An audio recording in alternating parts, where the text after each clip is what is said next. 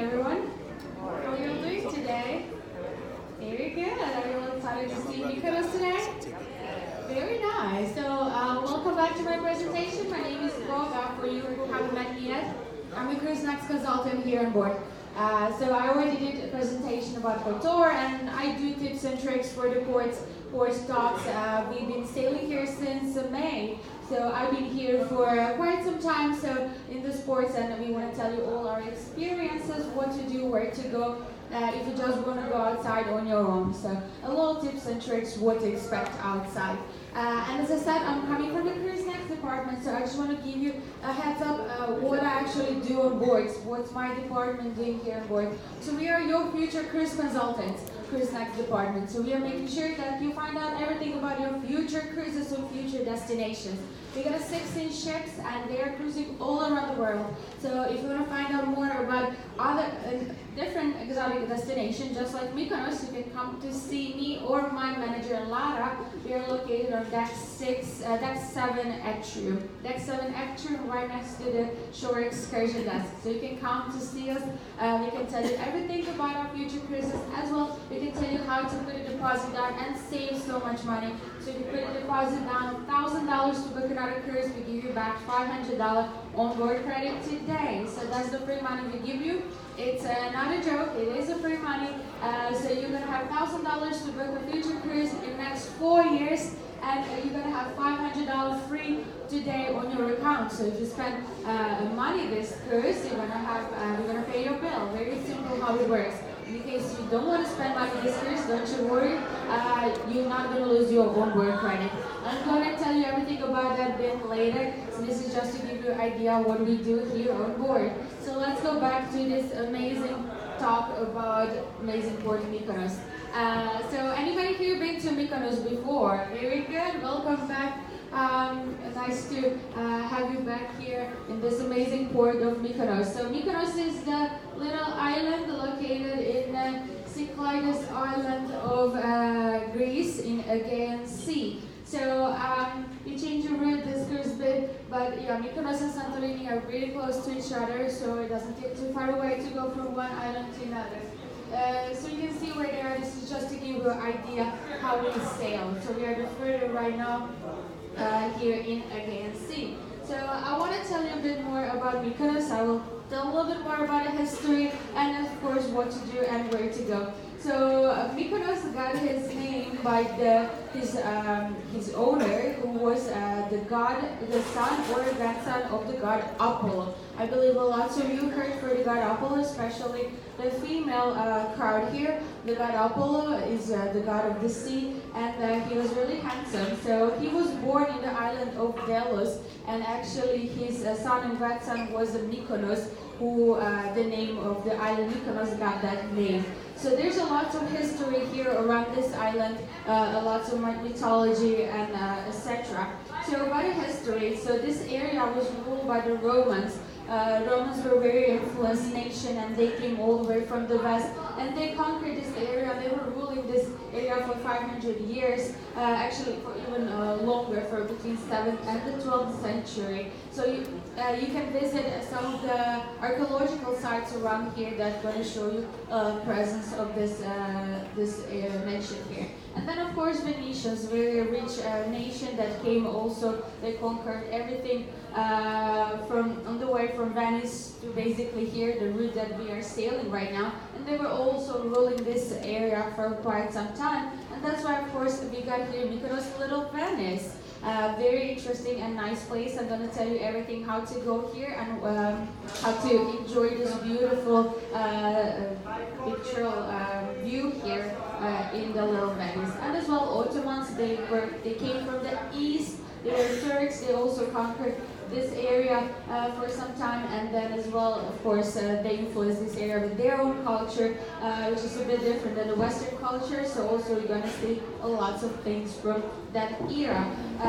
So today we are tendering. So in case you didn't get your tender tickets today, don't you worry, you can still get off. You can still get off this ship. Just wait for announcement. Open tender. You got your tender tickets. You know how it works. Seemed like yesterday. We got lots of tender reports this cruise.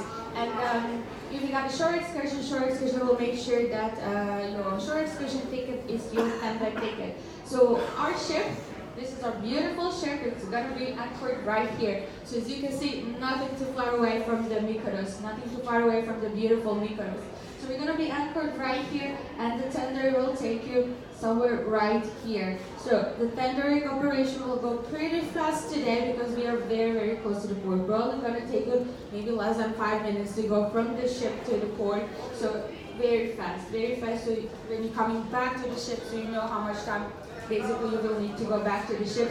Nothing too far. Usually there's no queuing. You don't have to wait too much to go to the tender. So the process is going very fast. If you're waiting for open tender announcement, expect that it's going to be pretty fast after we anchor. So this is the beautiful town of Mykonos, and right there, there's a lot of things to do. Basically, yeah. So this is the view from the other side. So our tender will be right here. And if you just decide to wander around Mykonos, my recommendation is just do it. There's so many things to do right here in this beautiful city of Mykonos. The weather is probably not that hot anymore, so it's not the best time to go to the beach. But there are beaches all around this beautiful place. So basically, you can walk to the beach. Otherwise, the shopping is really great here. Mykonos is one of the very luxurious islands, so the prices here are pretty high as well. So I would highly recommend if you're planning to buy souvenirs, do that tomorrow. If you didn't do it yesterday, do it tomorrow because Mykonos here is pretty expensive. As well, you're going to see the stores like Louis Vuitton, Chanel, Gucci. It's really popular here. It's very interesting to see that also between this. So all this old city is made of this whitewashed houses, whitewashed wall houses with the blue domes, red domes. It's really amazing to see that. So the highlights what to see, definitely go and get lost in this old city. There's a lot of little street like this old town. You're going to see lots of little streets. Sometimes they look like a labyrinth. It's really easy to get lost, but don't you worry. The city is not too big, so if you get lost, just follow the path. You're going to end up somewhere. It's nothing too complicated, but it's really beautiful. It's all these beautiful little white streets, and you're going to see lots of restaurants, and souvenir stores hidden between these little houses. Really amazing and really beautiful with all these flowers on the top. Definitely take your cameras and take those photos. It's amazing, very pretty place. So the little Venice is that area that looks very similar to Venice. There's a lot of restaurants and bars located right next to the sea, and they're located inside these two-story houses. So it reminds you a little bit of the Venice. And as the Venetians were ruling this area for some time, of course, they brought their own architecture style to this area. So how to get to the little Venice? So the tender will get you here. And basically, to walk to the little Venice, just follow this shore side. The little Venice will be right here. So maybe 5-minute walk, very close, very simple to get to reach that area. Really very, very close. So you just follow the shore side here, and you will get to the little Venice. So definitely, if you want to grab some lunch with an amazing view, you're gonna have a view on the ship. It's gonna be really pretty. So that's my recommendation. Where to get food, for example. Then you're gonna see lots of chapels and churches. There's over 300 churches. They're really small and they are very beautiful. There's a story about this, why there's so many churches on the island, is that every citizen who came to island and who want to build a house or any kind of property, first they have to build a church because they were very religious, and all these churches are Orthodox churches. There's only one Catholic church. So all these Orthodox churches around the island, so you're going to see a lot of them. On every corner there's a little church. You can go ahead inside and visit them. They're really nice, and you can see also this part of the Mykonos as well. So you're going to see them in every corner basically. And then Delos, also one of the recommendations is to go and visit Delos. Delos is the island right next to the Mykonos, so you need to take a boat to go to Delos. Delos' archaeological site is really popular around here. It's one of the biggest archaeological sites in Europe. you're going to see the remains of the people who've been living here around 1,000 years before the Christ. And there's a lot of things that remain here. So basically, people used to live on Delos, not on Mykonos. They were living on Delos, and they were always thought that they're protected by gods on this island on Delos. And then what happened is there's a legend that the giants came and they destroyed the island. So they destroyed everything. What the people they pushed the people from the island.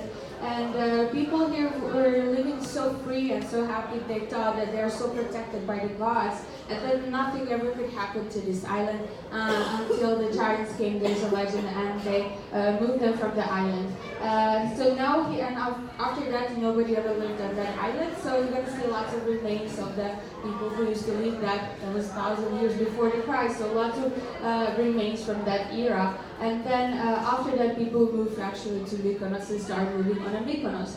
Mykonos doesn't have much things on the island. It's not a good ground. It doesn't have a good soil to grow some like grains or vineyards or anything. So it was not a good place to live on. But then the people start to live out of tourism. It started to be a good trading place between east and west.